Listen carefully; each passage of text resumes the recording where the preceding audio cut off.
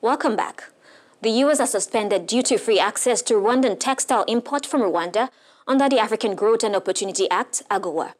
The U.S. Trade Representative's office review was in response to a complaint by the U.S. textile industry over a decision by 3 East African nations, Rwanda, Tanzania and Uganda, to ban importation of used clothes and shoes.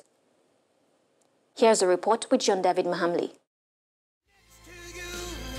From threats to action. U.S. President Donald Trump finally, on the 29th of March, implemented his decision to suspend trade benefits for Rwandan products entering the United States.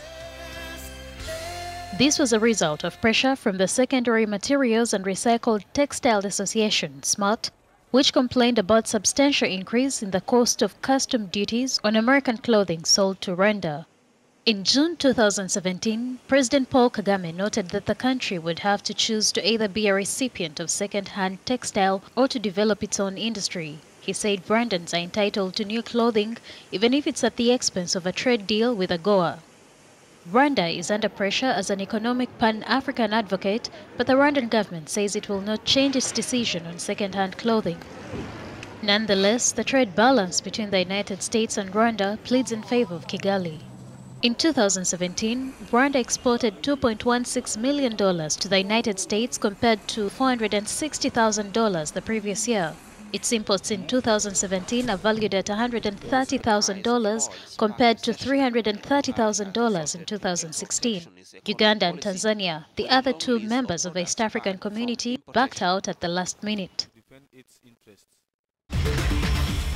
China suspended tariff concession on 128 U.S. items, including pork and fruits, starting earlier this week. China says it's a countermeasure to previous U.S. move to slap tariffs on their steel and aluminum import. But what impact would this trade war between this economic giant have on the continent? Amelinga took interest in the story. 128 products from the United States no longer enjoy the tariff concessions from China since April 2nd. The taxes ranged from 15 to 25%. According to the Chinese Ministry of Commerce, this is a repressive measure in reaction to the trade sanctions announced by Washington and whose value could reach $3 billion. 120 categories, which include fresh fruit or wine, will be taxed at 15%, and the 8 other categories, including pork or aluminium, at 25%, according to the Ministry of Commerce in a statement.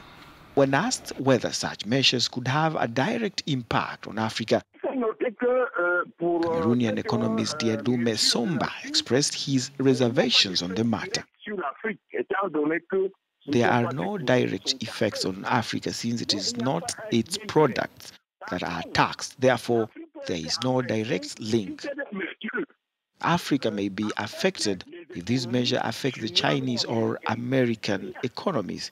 If there are pressures from its economies as a result of the Chinese measures, then the African economy will in turn be affected by transitional effects.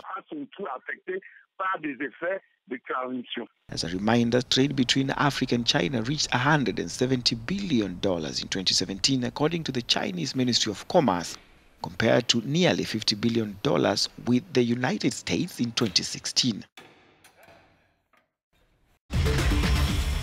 Remember, if your business is in Africa, then this is your show.